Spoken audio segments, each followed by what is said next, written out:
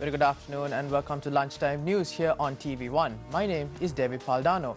Now before we head into your stories in more detail, let's first take a look at your headlines.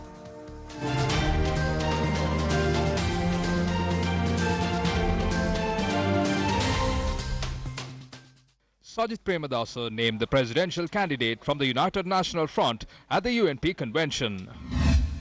Kumara Welgamer may contest the presidential election from the organisation to protect the SLFP. Permanent High Court trial at bar grants permission to Gotabaya Rajapaksa to travel abroad.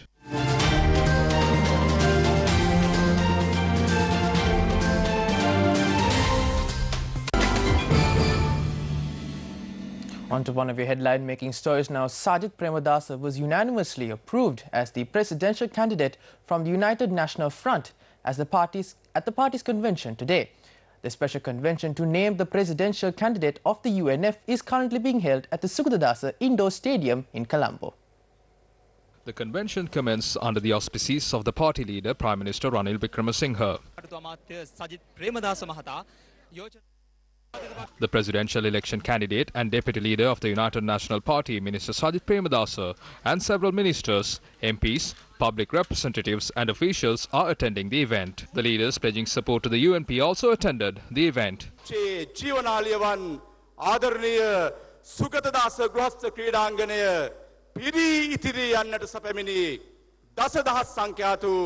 The recommendation to name Minister Sajith Premadasa as the presidential election candidate was put forward by Prime Minister Ranil Wickremesinghe.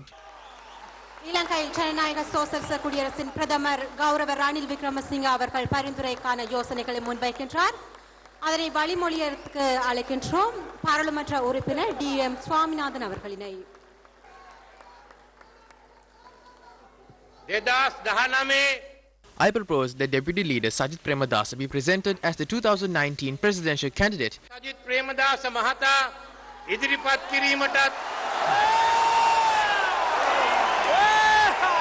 එක්සත් ජාතික පෙරමුණේ සියලු පක්ෂවල And that the support of the United National Front and factions that approve our party policies be given to the Deputy Leader of the party, Premadasa's victory. Premadasa මහතාගේ ජයග්‍රහණය වෙනුවෙන් ලබා ගැනීමටත් මෙම සම්මේලනය යෝජනා කරන්නීය.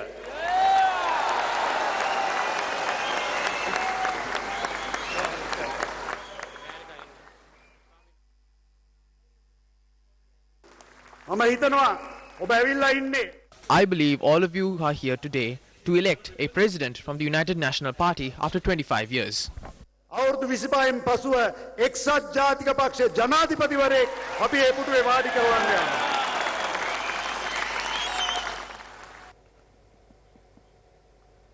Presidential candidate Gotabaya Rajapaksa was granted permission by the Permanent High Court trial at bar today to travel abroad from the 9th to the 12th of this month.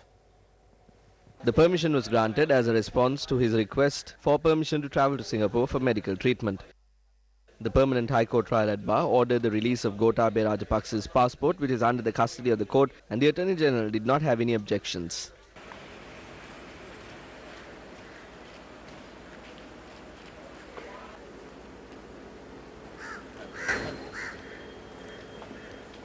The Engineers Summit of the Sri Lanka Podujana Perumuna was held in Colombo yesterday.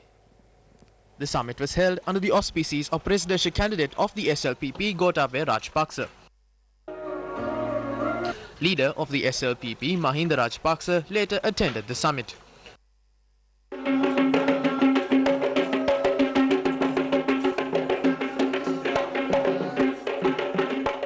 Former Speaker Chamal Rajapaksa, former Minister Basil Rajapaksa and several other representatives of the SLPP attended the summit. අවුරුද්දකට විශ්වවිද්‍යාලයට අපේ රටෙන් ඇතුළත් වෙන්නේ Only around 35,000 students enroll in universities every year. How could we speak about a future when only that much of students enter universities? So I think this is where we must first resolve the issue. We should provide a quality education to every single youth in the country to get a good employment opportunity. That will be our responsibility as a government.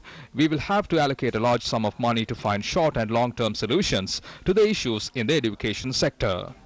කෙටි කාලීන සහ දීර්ඝ කාලීන විසඳුම් සොයන්නට අධිවේගී මාර්ග නව කැලණි පාලම වරාය නගරය මොර A large number of Sri Lankan engineers work at expressways, Port City, Morogakanda project, Beliata railway line, Hambantota port, Lotus Tower and several other key places. We asked them to consider countries like Africa and Uganda if there are less opportunities here. We directed our engineers to those countries. We also ensured our relationship with Africa. We requested them to let our engineers work on projects there and they agreed. There was a time like that. Our main aim was to send our engineers there. We have to continue this in the future as well. අපි ඒකෙන් බලාපොරොත්තු වෙන අපේ ඉංජිනේරුවන් කාර්මිකයන් එහාට යවන්න. On to another one of your headline-making stories now. The General Secretary of the Organisation to Protect the Sri Lanka Freedom Party, Rajika Kodituwaku, said MP Kumara Velgama will be fielded to contest the presidential election, representing their organisation. He made these comments during the Maiman political program on TV1 this morning. You may remember how the Organisation to Protect the Sri Lanka Freedom Party was established 1.5 years ago. We initially requested the President to contest in the election or to present someone to contest. We held discussions with MPs. Kumara Velgama will meet President Maithripala Sirisena at 8 today, representing all of us. He will communicate our stance to the President, which is for him to contest for the elections or field someone else. If that doesn't happen, as an organisation to protect the Sri Lanka Freedom Party, we will field Kumara Velgama as our independent presidential candidate. We will place bonds on Friday. First, they made me feel special. He promised he'd look after me, provide for my future. He broke every promise he made. I was ready to leave. He told me he'd change. So I gave him another chance. I was such a fool. Things only got worse.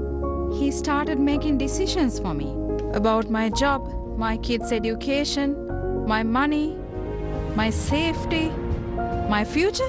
He took away my choices. They all did. But I kept going back to the same politicians. I fell for the same old lies. They were just playing with my emotions, telling me what I wanted to hear. That's not right. Then I realized that I have the power. Think. Vote. Now, the general public is facing severe difficulties due to the ongoing strike actions in the country. The strike action launched by the employees of the Railway Department entered its 8th day today.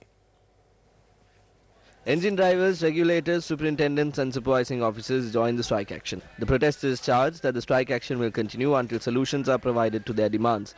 Our correspondent said the people were inconvenienced due to the unavailability of office trains in the morning. Our correspondent said the train scheduled from Kandy to Colombo only travelled until Mathura. 2 office trains operated from Kurunegala to Colombo. 3 office trains operated from Galle to Colombo today. Meanwhile, the strike action carried out by the non-academic staff of universities entered its 24th day today. University Trade Union Collective said the massive protest that was scheduled for today was called off following discussions with the subject minister. However, the strike action launched by them continues. 1 person died and 3 others injured in 2 separate accidents that occurred in Mathura and Alawa. A collision between a motorbike and a car claimed a life and injured another in Mathura. The deceased was a 23-year-old resident of Isrumulla in Kamurugamua.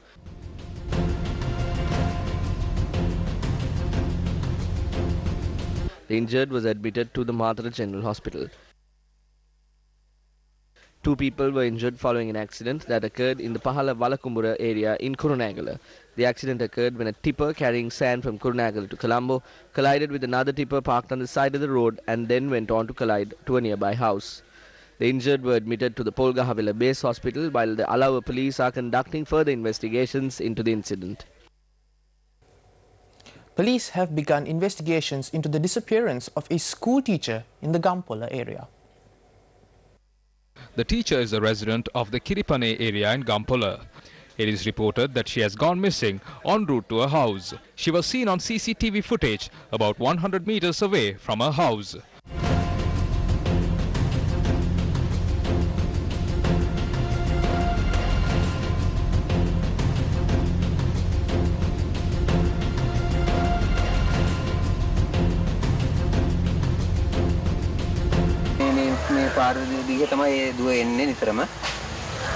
The teacher's mother says she has made a complaint with the Gampala police regarding the disappearance. She usually returns home by about 4 p.m. She did not come home on time. So we called the principal and then informed the police. The villagers got together. We have not received any information yet. The teacher who is reported missing is 27 years of age. The Ministry of Power and Renewable Energy has announced that the water levels in the reservoirs has increased to 63.5% of total capacity owing to the current adverse weather. The Met Department meanwhile says there is a high possibility for evening thunder showers over most parts of the island today. Fairly heavy falls about 75 to 100 millimeters are likely at some places in western, Sabaragamuwa, central, northwestern and Uva provinces and in Gaul, Mathura, Anuradhapura and Vavuniya districts. Misty conditions can be expected at some places in western, Sabaragamuwa, central and north-central provinces during the morning. The Met Department urges general public to take adequate precautions to minimize damages caused by temporary localized strong winds and lightning activities during thunder showers. The final rites of the former Sri Lanka cricket manager Michael de Zoysa were carried out yesterday. Michael de Zoysa, a proud product of St. Thomas's College, Mount Lavinia, later joined the SSC and was also involved in its administration. He was a former Assistant Secretary of Sri Lanka Cricket and a Vice President of the Colombo District Cricket Association. Many acclaimed cricketers, including former Test cricket captain Arjuna Ranatunga, made their international debut when the late de Zoysa was connected to the SSC administration.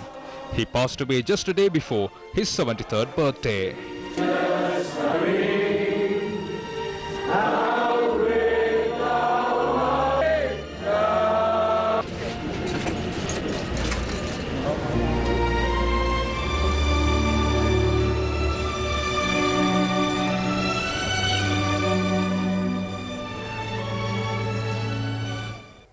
Well, that is a wrap of lunchtime news here on TV1. For more news, log on to our award-winning website www.newsfirst.lk. For the Newsfirst team, I'm David Paldano. Take care.